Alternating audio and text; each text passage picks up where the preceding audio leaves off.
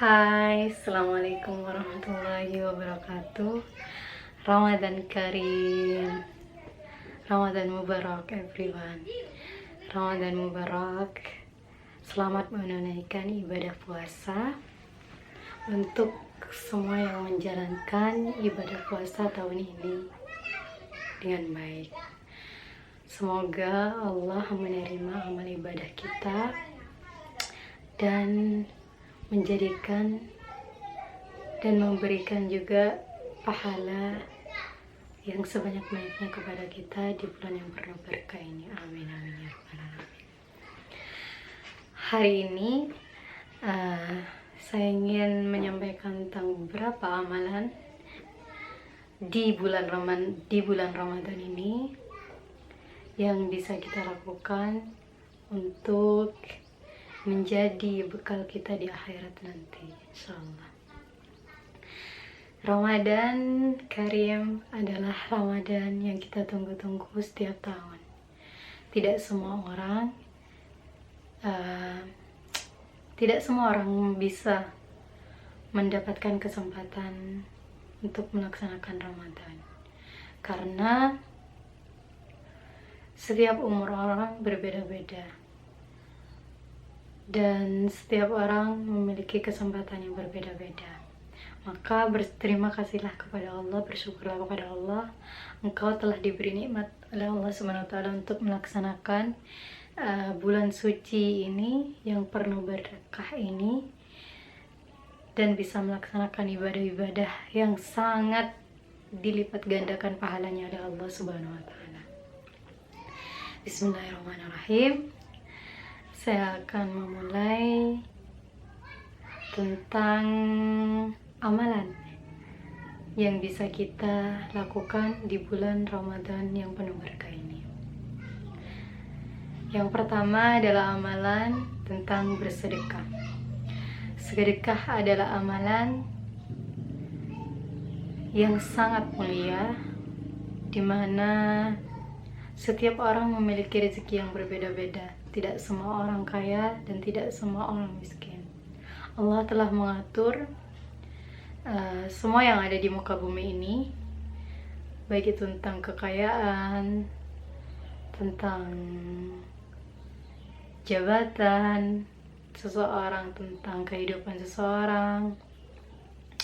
Dan kehidupan di dunia ini sering berputar-putar. Tidak selamanya kita akan kaya dan tidak selamanya kita akan miskin.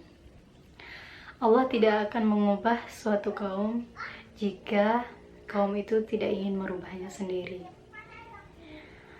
Yang artinya, jika seseorang itu tidak mau merubah dirinya sendiri, maka Allah juga tidak akan mengubahnya. Salah satu cara untuk mengubah keadaan, yang pertama kita harus berdoa kepada Allah Subhanahu wa taala untuk mengubah takdir kita untuk menjadi lebih baik. Berdoa untuk kebaikan kita sendiri dan untuk kehidupan kita agar dijauhkan dari hal-hal yang buruk oleh Allah Subhanahu wa taala. Dan selain itu kita harus bergerak, berusaha. Berdoa tanpa berusaha juga tidak ada apa-apanya. Berusaha tanpa berdoa juga tidak ada apa-apanya. Karena jika kita berusaha tapi tidak berdoa, berarti kita tidak membutuhkan Allah Subhanahu wa taala. Sehingga kita hanya mengandalkan diri kita sendiri, padahal kita itu diciptakan oleh Allah Subhanahu wa taala dengan tujuan untuk beribadah kepada Allah Subhanahu wa taala. Maka kita tidak harus melupakan Sang Pencipta kita yang telah memberikan kita kehidupan, dan sedangkan kita menyombongkan diri dengan usaha kita sendiri tanpa kita berharap dan berdoa kepada Allah Subhanahu wa taala. Sedikit harta yang kita berikan bisa jadi terasa besar bagi orang-orang yang membutuhkan. Mereka tidak hanya membalas kita dengan ucapan doa-doa, dengan ucapan terima kasih, tapi mereka juga ingin berdoa untuk kebaikan kita. Rasulullah SAW bersabda dalam sebuah hadis riwayat Abu Daud, carikan orang-orang lemah untukku. Sesungguhnya kalau diberi rezeki dan diberi kemenangan karena orang-orang lemah kalian. Sesungguhnya tidak ada kerugian bagi orang yang bersedekah. Justru orang yang bersedekah itu akan makin bertambah rezekinya. Karena manfaat sedekah itu akan kembali pada pemberinya, terlebih lagi jika dilakukan pada hari Jumat, karena hari Jumat adalah hari yang sangat mulia, di mana pahala di hari Jumat itu, pahala sedekah pada hari tersebut lebih besar dibandingkan hari-hari lainnya. Dan Nabi Muhammad sangat menyukai dengan hari Jumat, hari yang penuh berkah. Selain itu ada juga sedekah subuh. Nah, orang yang bersedekah subuh itu akan didoakan oleh para malaikat. Jadi di persepertiga malam Allah itu turun ke bumi, dan juga malaikatnya itu turun ke bumi untuk menyaksikan siapa hamba-hambanya yang beribadah kepadanya. Jadi orang yang bersedekah subuh itu akan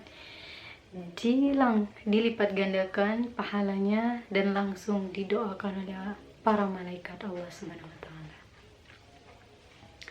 Ada sebuah hadis riwayat Bukhari, yaitu tidak ada suatu hari pun ketika seorang hamba melewati paginya kecuali akan turun datang 2 malaikat kepadanya, lalu salah satunya berkata, "Ya Allah, berikanlah pengganti bagi siapa yang menafkahkan hartanya di pagi ini."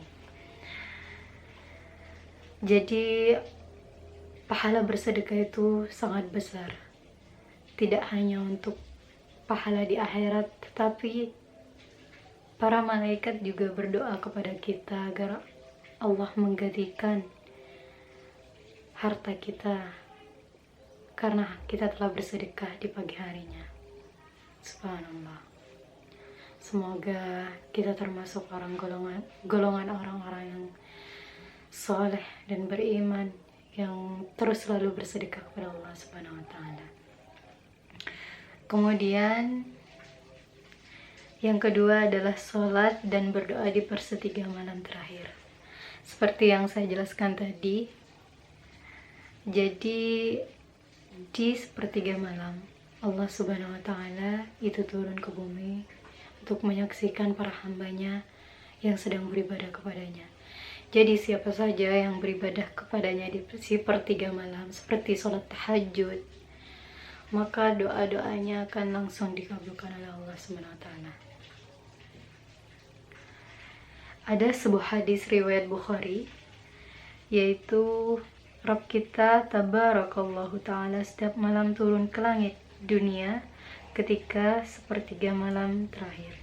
Lantas dia berfirman, "Siapa yang berdoa kepadaku, niscaya aku akan mengijabahinya, dan siapa yang meminta sesuatu kepadaku, niscaya aku akan memberinya, dan siapa yang meminta ampun kepadaku, niscaya aku akan mengampuninya." Itulah sebuah hadis dari hadis riwayat Bukhari. Kemudian yang ketiga adalah memperbanyak istighfar. Istighfar adalah salah satu zikir yang paling ampuh untuk menyelesaikan permasalahan kita. Karena dengan beristighfar kita meminta ampun kepada Allah Subhanahu wa taala tentang dosa-dosa kita yang telah kita lalui, baik yang kita sengaja maupun yang tidak kita sengaja. Karena manusia itu pelupa. Jadi dosa-dosa yang kita lakukan mungkin kita sudah lupa, jadi kita lupa juga untuk beristighfar kepada Allah Subhanahu wa taala.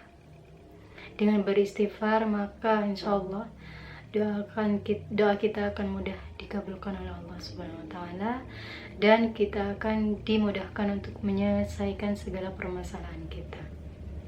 Beristighfarlah minimal 100 kali sehari, insya Allah akan dipermudah jalan kita. Ada dalam surat Al-Quran, yaitu surat Had ayat 3,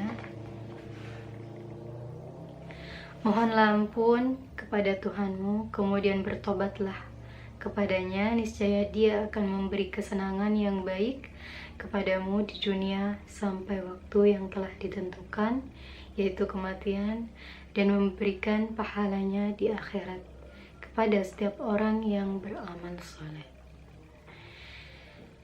Tujuan kita di dunia ini adalah hanya untuk beribadah kepada Allah Subhanahu wa taala.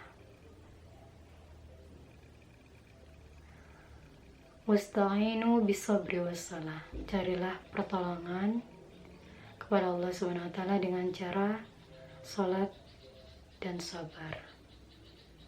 Salah satu cara kita berdoa kepada Allah yaitu dengan cara beristighfar. Maka dengan meminta pertolongan, beristighfarlah, caranya adalah dengan beristighfar kepada Allah Subhanahu wa taala. Insyaallah dipermudah. Kemudian yang keempat adalah menerima ujian kita dengan sabar dan ikhlas. Seperti yang saya katakan tadi, wasta'inu bisabri wassalah. Carilah pertolongan kepada Allah Subhanahu wa taala dengan sabar dan salat dan ikhlas. Kenapa sabar itu sangat penting? Karena di dunia kita adalah dengan diuji oleh Allah Subhanahu wa taala. Cara menyelesaikannya hanyalah dengan sabar. Tanpa ada kesabaran, semua ujian kita tidak akan bisa kita lalui. Cara melewati ujian kita hanya dengan sabar. Dan setiap ujian, Allah memberikan kita ujian itu sesuai dengan kemampuan masing-masing. Allah telah mengetahui kelebihan kita dan kekurangan kita. La yukallifullahu nafsan illa wus'aha, laha ma kasabat wa 'alaiha ma iktasabat. Rabbana la tu'akhidhna in nasina aw akhtana. Rabbana wa la tahmil 'alaina isran kama hamaltahu 'alal ladzina min qablina. Rabbana wa la tuhammilna ma la taqata lana bi. Wa'fu 'anna waghfir lana warhamna anta maulana fansurna 'alal qaumil kafirin. Sesungguhnya Allah telah memberi kemampuan kepada kita untuk menyelesaikan setiap masalah yang kita lalui. Jadi Allah tidak akan memberikan ujian yang tidak akan kita mampu melaluinya. Allah tahu kita bisa melampauinya, maka Allah memberikan ujian itu kepada kita. Dan salah satu cara untuk melewati ujian itu adalah salah satunya dengan cara sabar. Pertama, kita harus sabar dengan hal itu, bahwa semua ujian yang datang kepada kita itu adalah dari Allah Subhanahu wa taala, dan menerima bahwa ujian itu adalah untuk kebaikan kita sendiri. Pertama, kita harus bersabar, kemudian kita harus cari solusinya. Apakah kita bisa menyelesaikan ujian-ujian itu dengan baik? Dan tak lupa kita harus berusaha dan berdoa kepada Allah Subhanahu wa taala agar memudahkan kita untuk menyelesaikan ujian tersebut. Ada sebuah ayat dalam surat Al-Quran, yaitu Al-Bayyinah dalam surat Al-Insyirah ayat 5-6, yang artinya, maka sesungguhnya beserta kesulitan itu ada kemudahan. Sesungguhnya beserta kesulitan itu ada kemudahan. Yani inna ma'al usri yusra fa inna ma'al usri yusra. Sesungguhnya sudah kesulitan pasti ada kemudahan. Jadi jangan pernah bersedih, jangan pernah terlalu meratapi nasib, terlalu ya overthinking, terlalu stres dengan ujian yang kita hadapi, percayalah bahwa setelah kesulitan itu pasti ada kemudahan. Inna ma'al usri yusra fa inna ma'al usri yusra. Menghadapi berbagai masalah hidup yang pelik memang tidak mudah. Namun, sebagai seorang yang beriman, kita harus berbeda dalam menyikapi setiap masalah yang datang. Yakinlah, semakin tinggi keimanan seseorang, semakin berat ujiannya. Oleh karena itu, sabar dan ikhlas adalah salah satu kunci terbaik saat masalah berat tak kunjung selesai. Berdoalah kepada Allah bahwa Allah akan menyelesaikan semua masalah kita, insya Allah. Besar inna ma'al usri yusra fa inna ma'al usri yusra.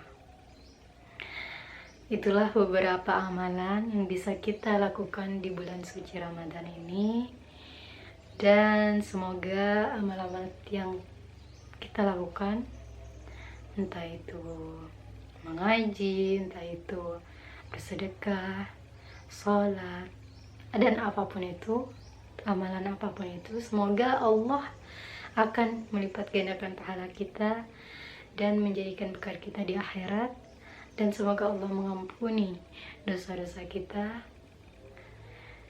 dan membersihkan hati kita, mensucikan hati kita, dan menjadikan kita pribadi yang lebih baik lagi, menjadikan pribadi yang soleh dan soleh.